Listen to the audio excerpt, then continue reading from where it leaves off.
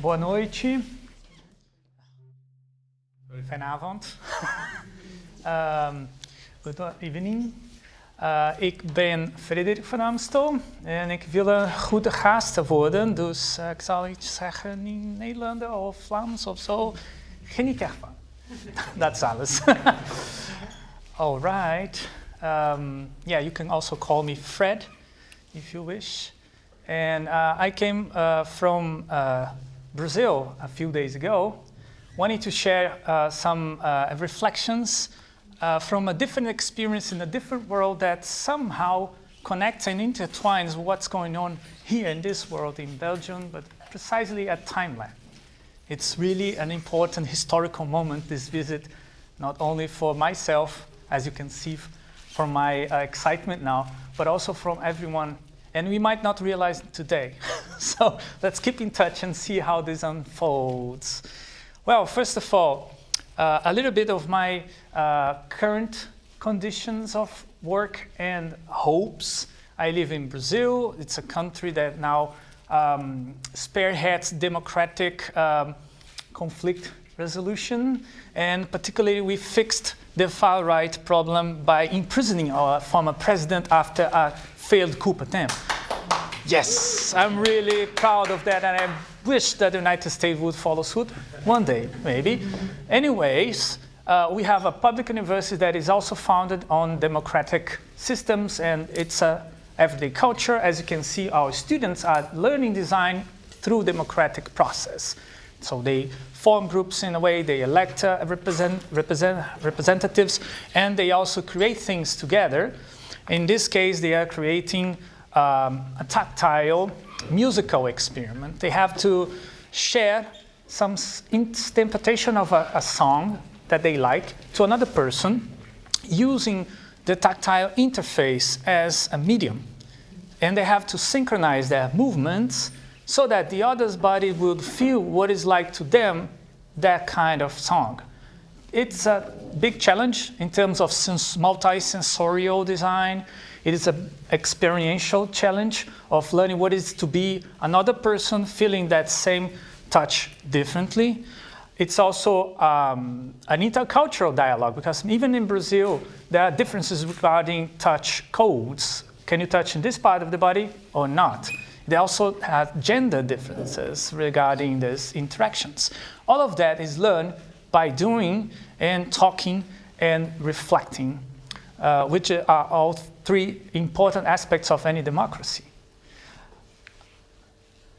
My priority as an educator is to let our students become more conscious of their relationships with other people, so that they can design experience as if they were designing human-to-human relationships and crafting that relationships through their designs. Some people call this service design. As you can see on the right side, one of the biggest examples of these are smartphone apps. And sometimes people don't know so much about this human background of service design. They believe, oh, you are designing apps. Yes, this is, let's say, the tip of the iceberg. Beneath it, there is a lot of thought about what is behind those interfaces. And I want to draw you into this conversation that is ongoing for almost 50, 60 years, from industrial design focused on the object as an interface to service design focused on the interface as part of an object, or an expanding object that goes beyond products that sometimes reach out to the point of product service systems or even societal structures. Please follow my journey. What is an interface? Yeah, we usually have very simple definitions coming out of fields like computer science, or sometimes even the definitions of interface in physics, or even ecological science, ecology. But in computer science, this is all reduced to the idea of a computer on one side and a user on the other side. And then we miss the fact that interfaces, they are everywhere. And sometimes interfaces all they are. The computers are interfaces to another interface. So you use a computer to interface with a, let's say, heating interface of this building, right? And what is an artificial intelligence? Sometimes in computer science, and particularly in the popular discourse, or even in ideological discourses, they might say artificial intelligence is a new form of life. That's not true. Artificial intelligence is just a computer at someone else's computer, It's a distributed network of different computers talking to each other. And what you get as the agent of, or the way how you get access to those computers, that's an interface. And ChatGPT is no more than that. It's not a new form of life. It's not a self-sustaining or self-developing intelligence. It's just a human language processing interface. So you type it, it responds, and then you feel like you can go somewhere sometimes. Interfaces are typically then conceptualized, as I said, as manipulable representations of computers in its working. It's almost like translating what's going on inside to lay human beings who don't know the computer what it's about. This is like the generalized, let's say, naive model of what an interface is like. A person, a human being on the one side, the digital code on the right side, the inner workings of the computer, and the interface is mediating, translating, incorporating actions or information from both sides. Okay, the problem is with this conceptualization is that it misses the fact that there is another face on the other side of the interface. There's always another face. Sometimes you need to dig, and you need to dig until you find that face, because it's hidden. There is a process of concealing the other human being on the other side, which is not just ideological, but it's also economic. Here's an example. ChatGPT and other artificial intelligence systems, they rely a lot on manual human labor of data trainers, data sorters, moderators who work in faraway countries, lowly paid. In this particular case, I'm featuring Kenyan workers working for $2 an hour to assist ChatGPT to look like it is autonomous and intelligent, where it's in fact not. Some of your prompts are responded, not directly, indirectly, by these workers, not at the same time, but maybe later on. And we are usually not aware of the social impact of this kind of tools.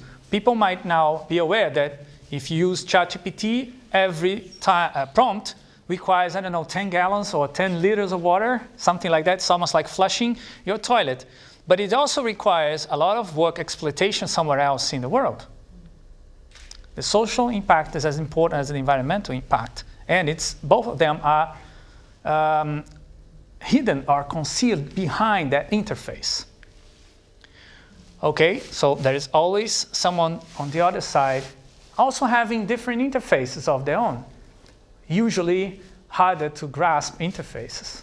Sometimes easy to use interfaces on the privileged side are built at the cost of hard to use interface on the, let's say, infrastructure side where the workers are. So what I'm pushing forth with this talk is the foundation idea that interfaces are interfaces, really. Trying to bring back the human into this equation. This is the model I'm pushing forth. A person on one side, a person on the other side, interfaces mediating their relationships in many different ways, with biases, with advantages, with disadvantages, with formalities, with informalities, and many different ways that are designed by both actors on both sides. Of course, some of them have more power over that interface. We're going to get there in a minute. First of all, let's discuss the difference between digital and analog interfaces. Digital interfaces, they did not make face-to-face interactions outdated. That's why I'm here at TimeLab in person, and you as well. And thank you very much for being here today in person, not just relying on the recordings. But I'm also glad people that are going to take a look at the recordings later, because it expands our dialogue. But this is the foundational interface. If there wasn't this place, this happening wouldn't happen, right? This won't be happening. If I would just be recording this in Brazil from my office, it would not mean the same. Being here in person with my flesh in this place is a statement. It is a public statement. TimeLab is making that statement. I'm making that statement. We want to have more dialogues about these topics. That's what it means to be here. And that is the same for you in different ways. But that's something that artificial intelligence can never do. An AI cannot state anything. An AI may be even intelligent at some point. It doesn't matter. They cannot withstand politically their statements. So we cannot have a dialogue, not a true dialogue. So face-to-face is the original interface. And digital interface disrupted those traditional, or better put in a way, evolutionary relationships that we have with other faces. We learn how to recognize faces almost immediately because we've been not just training our lives, but our species have been training this for thousands and thousands of years, right? And then we've got these digital interfaces put on the front of our faces, or in between our faces, and concealing everything else that is on the other side, just a few years. And we felt this so badly, the impact of this during the pandemic, right? That, we lost on many things, not just individually, but also culturally. And even looking way beyond, we may lose something as a species. Wait for me. This example is easy to follow, right? We now naturalize, we accept mass surveillance in a way that we wouldn't 30 years ago. There was so many sci-fi movies that scared us like hell that if you look nowadays, try doing this experiment. You just say, hey, no, this is already the present. It's no longer sci-fi. It's not only the future. We already live in that world. But back in those days, we were pushing against those policies or those technologies or the smart city projects. Now, no longer. So we are losing some possibilities of meeting strangers and different people, or protesting or organizing or doing things that cannot coexist with mass surveillance. So we habituate to trade privacy, self-care, and belonging to securitized access, which is a much profound difference. So we don't longer believe that community is based on, let's say, sharing. We believe that community is based on safety. That's probably going to lead us to some situations where we're might revise whether we really want to live in community or not. It's a big threat to communities. Now, moving to our children and the future of our own kind, right? Kids are now interacting with digital interfaces so heavily and so uncontrollable, so without overseeing. And even if there's overwatch, the messages may go through just because parents can no longer understand what they mean. They are targeting kids. And then you look from distance, it looks fine, but then if you get to the details, you might see a lot of strange messages coming to these young kids. And they cannot have the critical view that we do adults have. That's just on, let's say, ideological level, but on the physical level, these kids are developing myopia much more than other generations. These kids are having trouble developing language. It's taking longer for them to speak because they don't speak to those screens, and it actually does not make much sense. In any way, think about now something even more radical than this.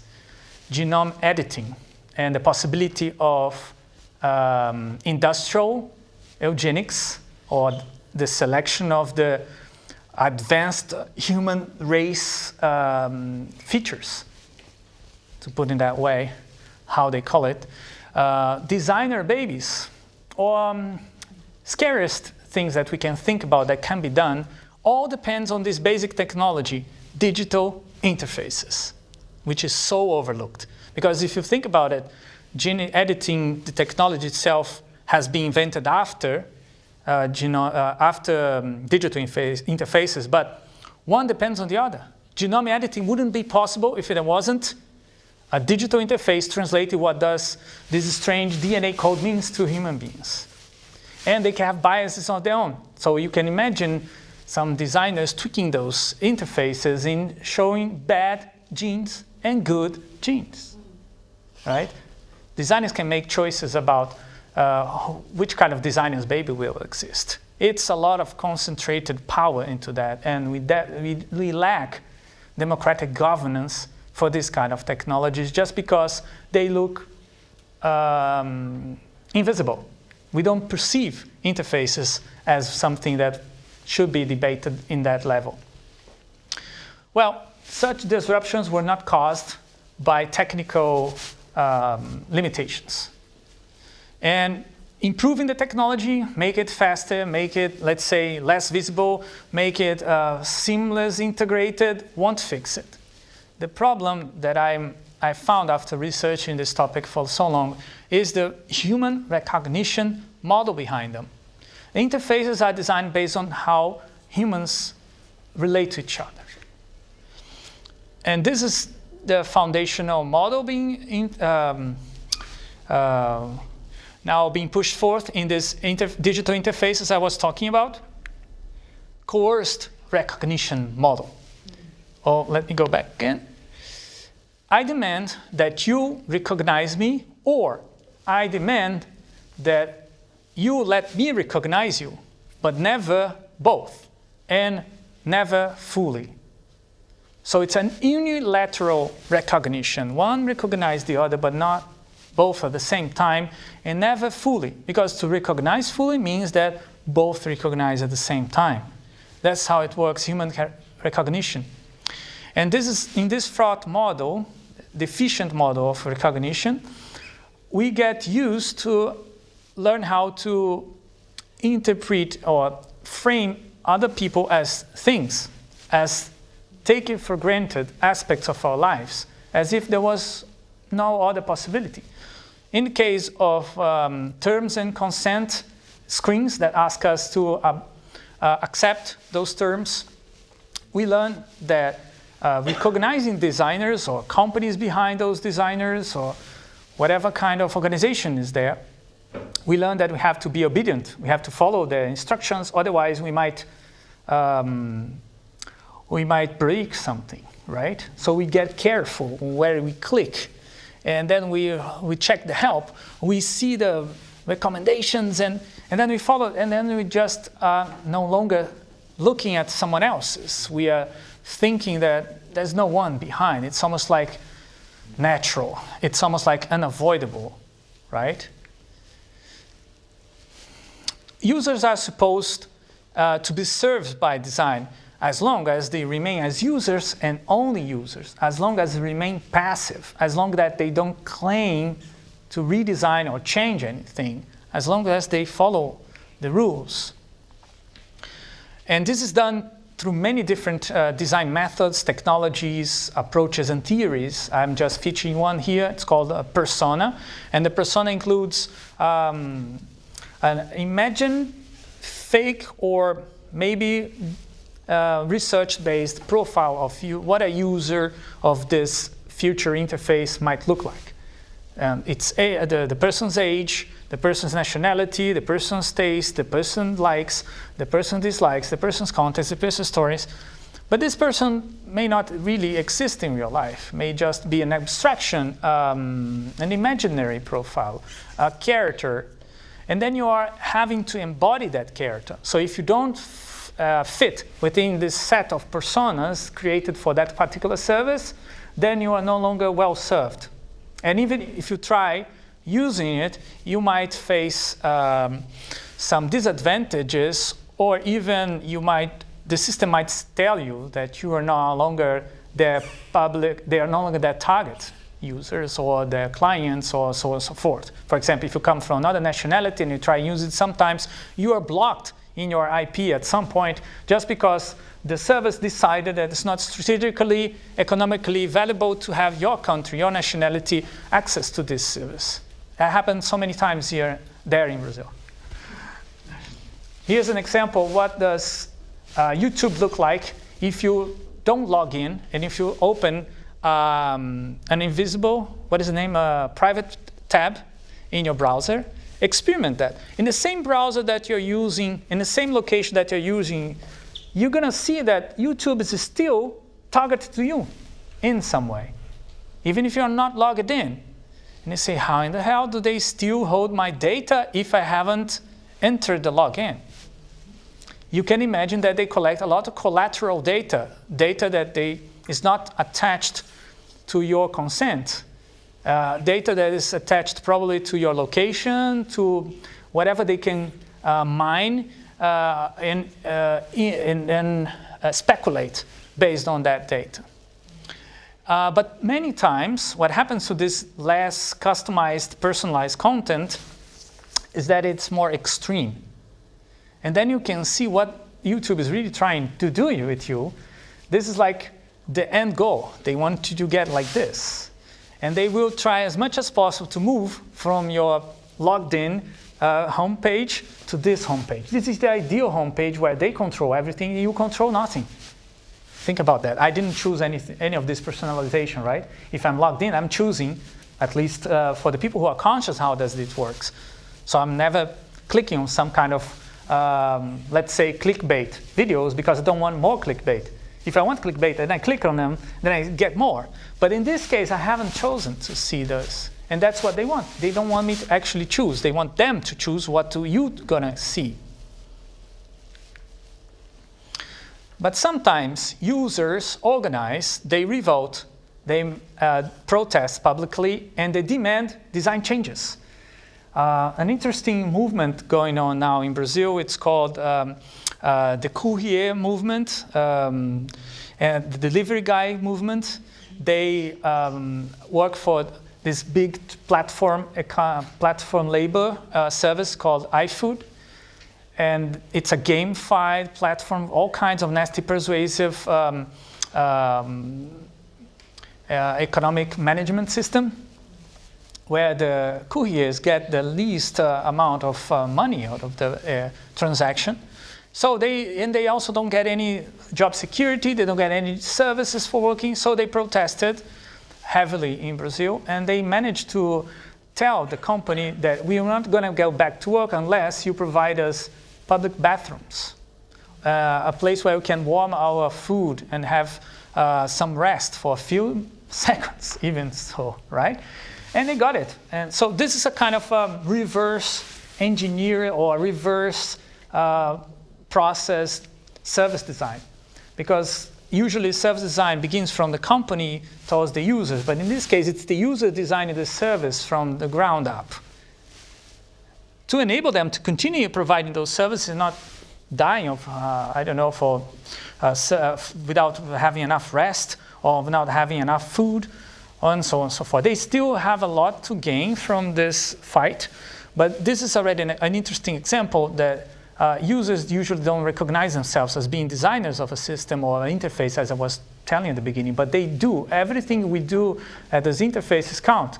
The personalization was talking about of my YouTube interface is like, say, the micro level of this process. And this is a macro level where you see more tangibly what they are doing. But all users are designing interfaces as much as designers.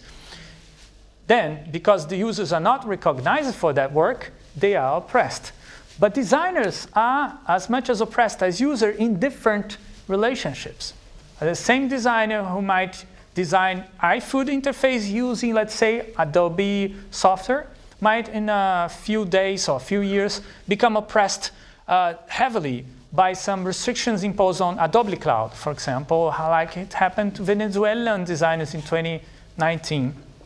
They weren't able to open their files in the Adobe Cloud. Imagine yourself not being able to open something on Google Drive or Dropbox. That's what happened to them just because the United States government blocked all access from that particular country. So designers are also users of design tools. At least we know that part for sure. And we are probably users in many other situations. That's why becoming a good designer begins, or becoming a critical designer begins by becoming a critical user. In this recognition model, then, designers look at users and vice versa as if they were like or unlike themselves. Designers compare themselves to users and they say, yeah, you're probably going to behave the same as I do, but they don't really know how they behave. They haven't reflected much because they don't know themselves, because they just want to know the computer or the inner workings that they have to translate. But this human relationship aspect of design is overlooked in their practice, and that's why they end up reproducing those patterns in their interfaces. The coercive interface works like a narcissistic mirror. What is the reflection only reinforces what is already stabilized. Designers, as much as users, look at themselves in the mirror, but that mirror does not tell the truth. It is just a partial view. The mirror, at least, does not tell what is going on your back, right? Every time you look at the mirror, you look at your face, but not your back. That's half truth, right? Of who you are. And by the way, you are much more than just an appearance, right? And the mirror cannot tell you that. Both designers, users then fall in love with themselves, and people who look like themselves, and they get close to engaging with the other. That's the nastiest thing about this whole thing. The coercive interface model disables democracy. As feminists Bell Hooks and Simone de Beauvoir have shown, coercive love is not real love. Even if they feel like they have a lot of passion for their work. I'm a passionate designer, I love to design things and craft them. That's not necessarily real love. These insights are not just mine, right? I need to give credit now for the great people of this collaborative research network called Design and Oppression. I'm going to feature just 3 colleagues of mine who are working on this topic. First, Rodrigo Gonzato, the researcher behind the concept of user oppression. We've been looking at the history of human-computer interaction, and we found out good evidence that users are oppressed. Similarly, how other disenfranchised groups are oppressed in race, gender, class, body capacity, and many other kinds of oppressive relationships. So we are claiming there is something going on in human-computer interaction, that all of these people that have been oppressed in other relations, they enter human-computer interaction, or service design if you wish, as users. So you can find a lot more research on how do you include black users, how do you include female users, how do you include people with disabilities as users, not as designers. You hardly can find anything about black designers, women designers, people with disabilities that also design something. And the reason is that there is an oppression going on, which is very specific of this current situation, current world we live, where everything has to go through these digital interfaces. After Gonzato and I worked on this, I've got Mateus Filho working together on looking at the philosophical roots of all this. He's this marvelous, genius researcher who's able to read Franz Fanon and Hegel and get something practical out of it. He's amazing. He basically discovered this mutual recognition model that we didn't know, because we were like, all right, users are oppressed, and we are users, we are screwed, what is the way out? We didn't have any clue until Mateus joined us group, and then we started looking at these possibilities, and he said, yeah, Hegel has something still relevant to say. Let's take a look at what he says about mutual recognition, so on and so forth. He got even an award for his initial research project. Later on, much later on actually, Fernando Secomandi and I from TU Delft collaborated on actually defining this in much detail. It's called the coercive recognition model. It's already published by the Journal of Human Technologies Relationships. And we are planning on continue doing the work in this regard for the future years. So stay tuned. This network is also in concerned and feeling responsible for showing alternatives to this, right? We are not just denouncing oppression, we also want to announce liberation. So how do we, users and designers, collaborate to liberate ourselves from coerced recognition? Then, this is still sketchy, okay? We are still working on it, but the mutual recognition model is something like this. I recognize you, freely recognizing me. Thus, I become a we. So I'm no longer speaking only as individual, but also I'm speaking as a collective. I'm going to share a few examples of my own practice that also relates to time-lab practice. I hope that you're going to remember going through similar dilemma at different moments of your trajectories.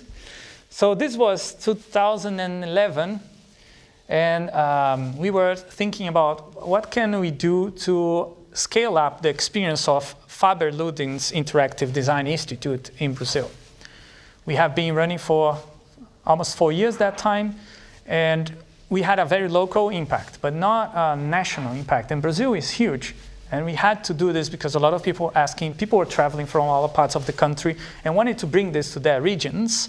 So we designed Corais.org, and this was probably the project that I went most deeply into mutual recognition. That's why I'm showing, although it's rather old. Corais was designed after researching biomimicry and getting inspired from natural or ecosystem relationships and treating human systems as ecosystems. So the name Corais is how we call coral reefs in Portuguese. And coral reefs, they have these mutualistic relationships where one being gets fed by another being's remains, and then the whole process is enriching for both species. In this case, I have the clownfish interacting in a positive way with anemone, and otherwise, if it wasn't a clownfish, it will be eaten by the anemone. But the anemone wants to have the clownfish around, and the clownfish wants to have the anemone around. It's both beneficial. All right, this is an example of a mutualistic interaction in nature. So we were inspired by that, and we thought that tools that existed for supporting collaborative work, like Basecamp, Google Drive, and OpenIDO, and similar tools of those times, they did not enable that kind of mutualistic interaction. Usually they had this centralized control, one person controls everything, or one person has more power and privilege than others, and they control how do they distribute the work, or they control the process in some way. So we thought that we could compete using open source software. So we built Corais out of Drupal framework. It was a quite interesting hack, more than 200 modules combined in a very strange way. And we built with very few resources available. That was the power of free software at that time. We could compete with Google. Yes, those times were precious, and we did have a lot of users moving or migrating from Google Drive to our platform just because we were all public. Everything that was posted on this platform had to be public and licensed through Creative Commons. You could not choose any other license. And that was the way how we expected, actually we demanded, that users would also give back something to the community. Every project they would bring to the community would be available for other community members already, in a similar way how coral reefs work. Okay, so what is Faber Luding's Interaction Design Institute? It was a kind of a moment of inspiration when we wanted to do something similar as done in Ivrea in Italy and in Copenhagen. We tried to combine this with our Brazilian culture, and we ended up doing some crazy stuff with digital technologies. This was the first time designers were getting interested in coding or robotics. And we wanted to share this experience with people that weren't into design or weren't into IT. Then we designed a lot of different cards and frameworks for co-designing other things. And we started designing work processes. And we had this work process card deck that supported people doing this in a meeting. And we were having like this standard co-design sessions. That was novelty back those days in Brazil. Some people called design thinking. We didn't call like that way that time. In any case, that had a limited reach because you would have to hire Fabuludens to actually get the whole process going on. And we thought that this was not a scalable approach. Consultancy has, based on in-person gatherings, is very limited. Then we designed the Corais platform, and many of the elements of that consultancy were digitized. So digital interface increased the scale. And as you can see on the right side, you see all the knowledge that I accumulated in that platform that I could share with other people. So the cards that you would see on the table, they were there, digitally represented. We wrote a book. It's called Design Livre, and that's a reflection about open design in Europe. We didn't want to follow the same path. We attended some initial discussions, and we thought that we had to be more closely connected to the free software movement, as it was called in Brazil, that was not aligned with the open source movement from the United States and other countries. We were really following, let's say, Richard Stallman distinction between open design and free software, open software and free software. We aligned with Richard Stallman. So we thought that design should have an alternative to open design. We call it Design Livre. We didn't translate into English on purpose because we wanted to emphasize this political choice. In any case, this book was published in 2012, and Fabuludens closed its door that same year. So it was almost like a closing manifesto, but Corais lived forward, and that's the interesting thing. If we learn how to mutually recognize each other, designers and users, we might change roles.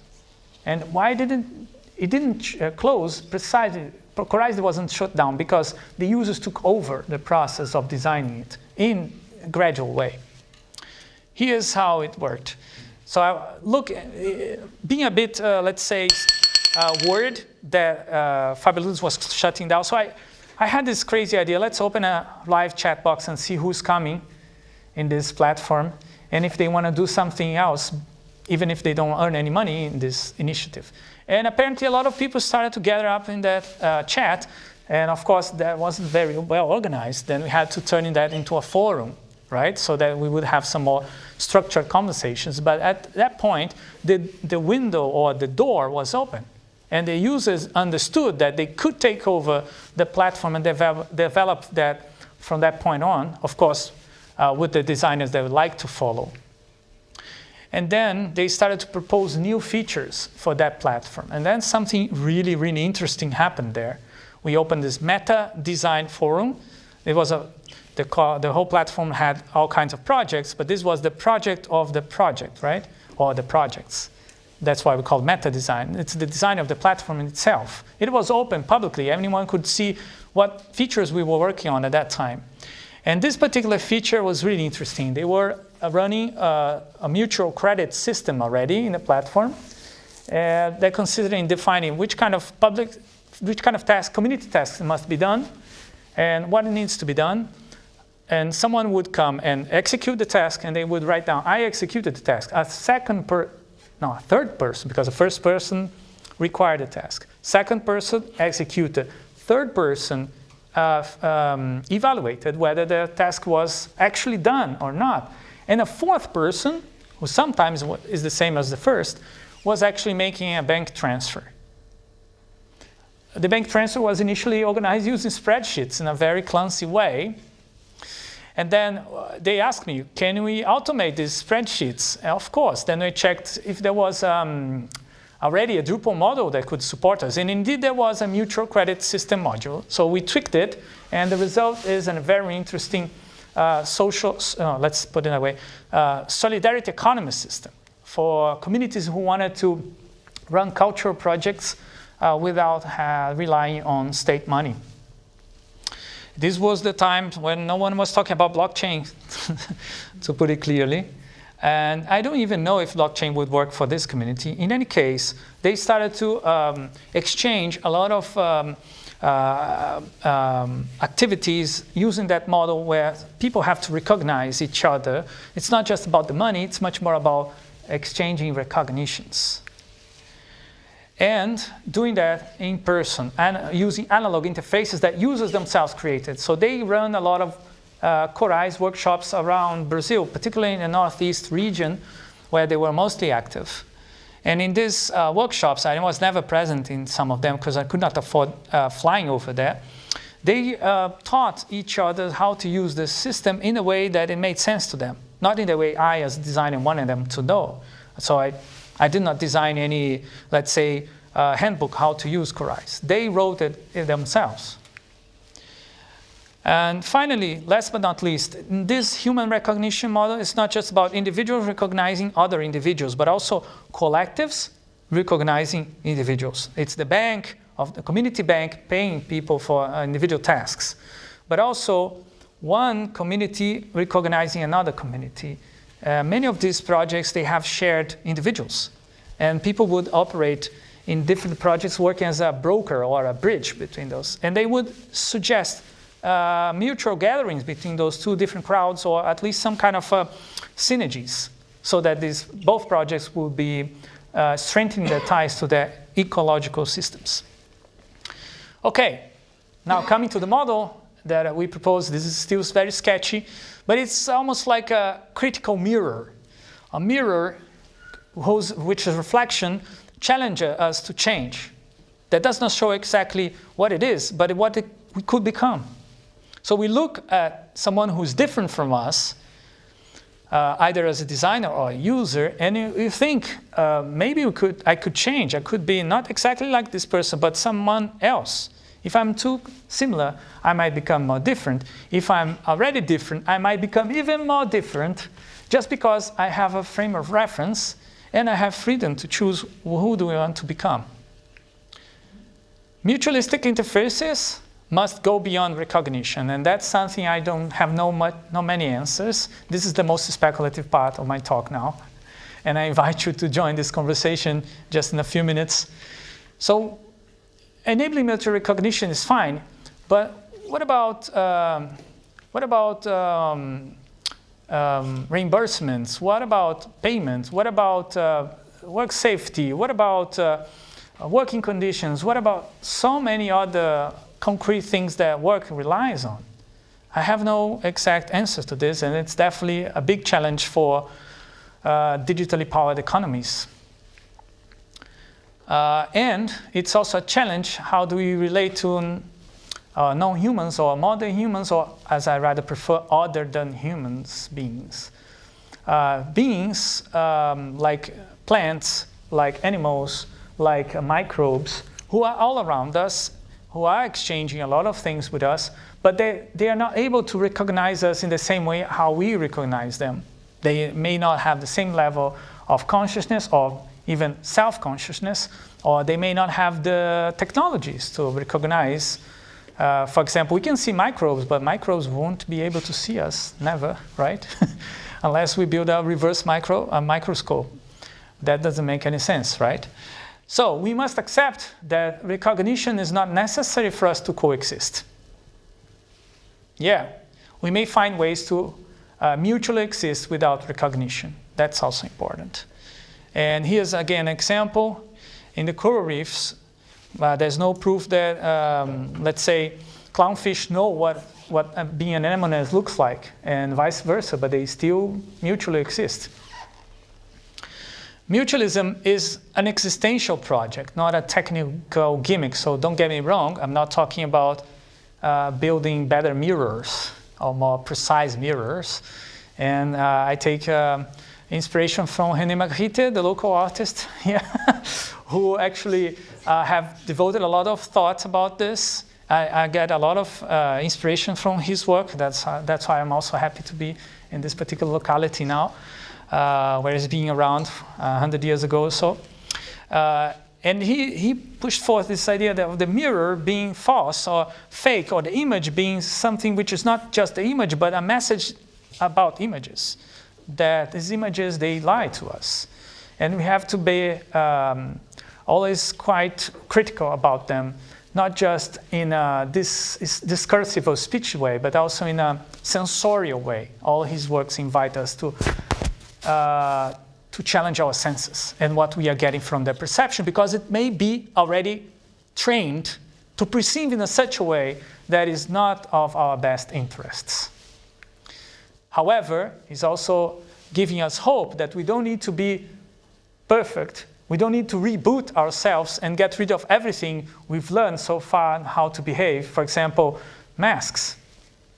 We rely a lot on masks for social interaction, like saying things that we wouldn't say otherwise, because we are in certain situations. For example, if you're in the United States and someone asks you, "How are you?" you're not supposed to respond authentically. You should not say, "I'm feeling terrible, I'm tired." No, you should say, "Yeah, okay. How are you? How are you?" You can answer back, because it's just wearing social masks at that moment. Afterwards, maybe they might engage into true conversation. But it's fine that we wear masks as long as everyone agrees that we wear masking. Precisely as he's representing this nice painting, the lovers. Right? It's okay to wear masks as long as we made them publicly and acknowledge them. And then we can change masks. So we are the masks we wear. We are the computers we use. We are the ecosystems we nurture. I'm not separating being and knowing now, which is a very interesting insight from Hegel. When we are what we know, then we have achieved a higher consciousness, because we take responsibility for what we are. So interface is what we are as human beings. We are always in between other humans, and that's what defines the human experience. Taking responsibility for what we are, well, that's what I believe to be the ultimate ethical challenge of any kind of design. I gave you here a brief perspective from service design, but I do believe that the implications of this research, of this activist design activity, of this, let's say, personal and collective trajectory, goes beyond the design of computer applications or digital interfaces. And we can also think about mutuality in terms of how do we relate to the environment, how do we relate to other worlds, how do we relate to the history and the future as part of history. And with those words, I just want to stimulate more dialogue because it's very hard to wrap up this talk and feel like this is done, and feel like I know what it takes for us to have a mutualistic interface if I'm not being mutual with my audience, right? If I would just end up here and go away and wait for, I don't know, some kind of late talk, that wouldn't work, right?